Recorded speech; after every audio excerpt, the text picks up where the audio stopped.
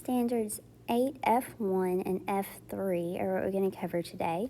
F1 is just answering the question, is it a function? So we're looking at relations presented several different ways and deciding yes or no, is it a function? One way we can look at a set of ordered pairs and decide if it's a function is if the x's don't repeat. If they repeat and they have different y values, then it's not a function. The definition of a function is that each input, x, has exactly one output, y.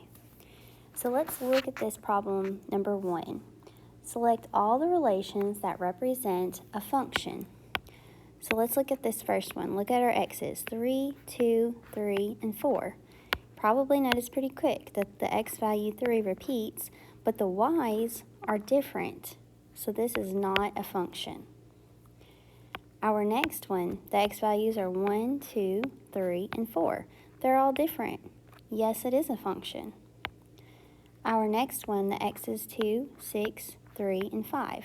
They're all different. Yes, it is a function. Then the next x is 4, 3, 2, and 1. They're all different. Yes, it is a function. And then our last set of ordered pairs, the x is 2, 2, 2, 2. We notice that this input 2 has several outputs. No, it's not a function. Number 2 is the relation shown in the arrow diagram of function, and we also call this a mapping.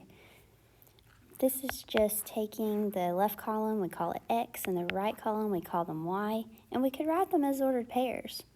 The first one from x of 1 to y is 2, that's the ordered pair 1, 2. Then x is 4 to y is 4, that's the ordered pair 4, 4. Then x is 5 to x is 2, to y is 2, that's the ordered pair 5, 2. Then x is 5 to y is 6, that's the ordered pair 5, 6. And then x is 7 to y is 4, that's the ordered pair 7, 4.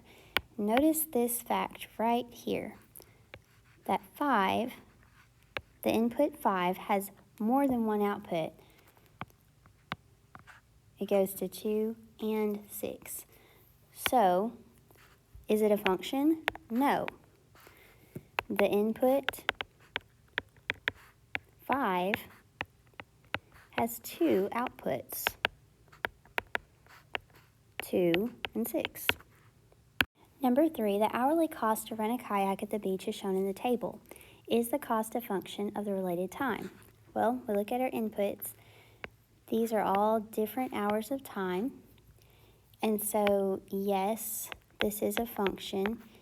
Each hour has its own cost. We could say that, for example, 2 hours has exactly $37 for the cost. It wouldn't be very fair if 2 hours had $37 for a cost and also had $50 for a cost and also had $100 for a cost. It just has a specific cost for the number of hours. Number 6, does the graph shown represent a function or a relation that is not a function? We could use the vertical line test to find out. The vertical line test just says that a vertical line never passes through more than one point of the graph. So if we test that out here, let's draw a vertical line here at x equal negative 2. It passes through the graph one time. Or I could draw a vertical line here where x is equal to 1. It passes through the line only one place. I could keep drawing vertical lines, but what I see is that there's never a place I could draw a vertical line that crosses more than one point. So is it a function? Yes, it's a function.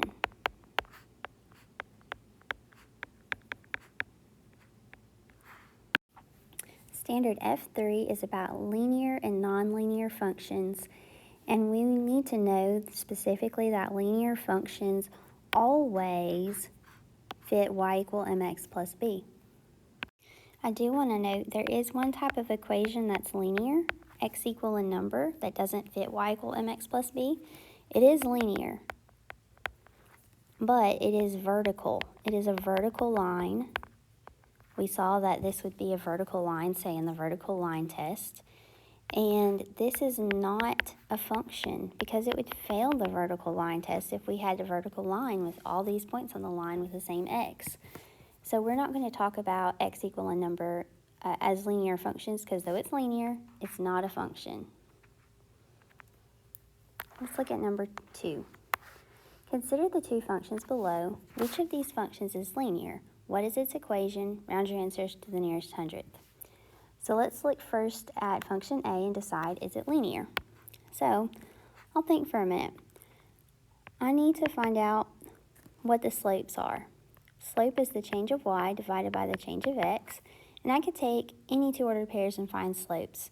So I'm going to take the first two ordered pairs and find the change of y, which was adding 1, divided by the change of x, which was adding 1, and I get 1 divided by 1 is 1.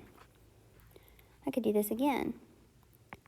I could say the change of y, which is adding 5, divided by the change of x, which is adding 1. 5 divided by 1 is 5. I'm getting different slopes. They are variable. They're not the same. This means that this is nonlinear because the slopes are different. This will not be a straight line. This will be something that's curving or turning to get different rates of change. Now for this second function, once again, we're going to take the change of y divided by the change of x. I'm going to take my first two ordered pairs and say negative 2 increases 6 to get to positive 4. And then 0 to 2 adds 2, which simplifies to 3.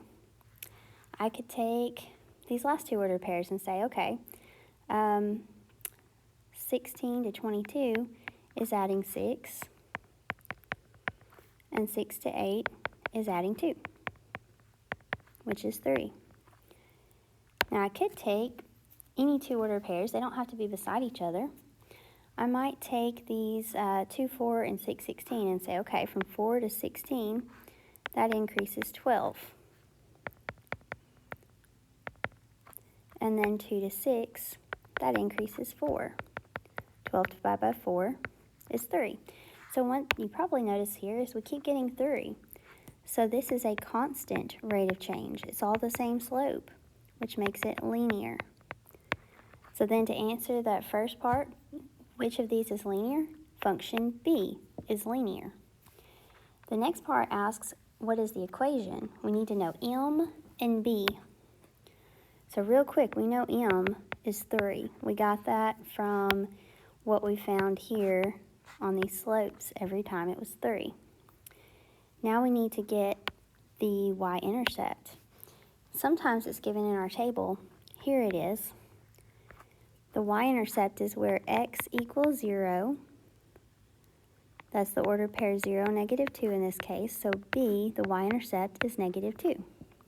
So I could plug that into my equation and say, well, y is equal to 3x plus negative 2. And I prefer to write it in the form of y equal, it is in y equal mx plus b, but I prefer to simplify that plus negative 2 to just write it as minus 2. Problem 3 says to select all the functions that are non-linear, not a straight line. Well, the first one, this graph, is a straight line, so it is linear, so I'm going to cross it off. I'm going to skip through here a little bit. I'm going to look at this other graph. It's made up of two lines, but it's non-linear because the entire thing, it's not one continuous straight line. Let's look at these equations. Looking at this equation here, I see that it is in the form of y equal mx plus b, so that means it is linear, and we're looking for non-linear. I also have this equation. My variable x has an exponent, so it is non-linear. I want to add a quick note out here about these linear and non-linear equations. Going to note here, if we're talking about non-linear equations.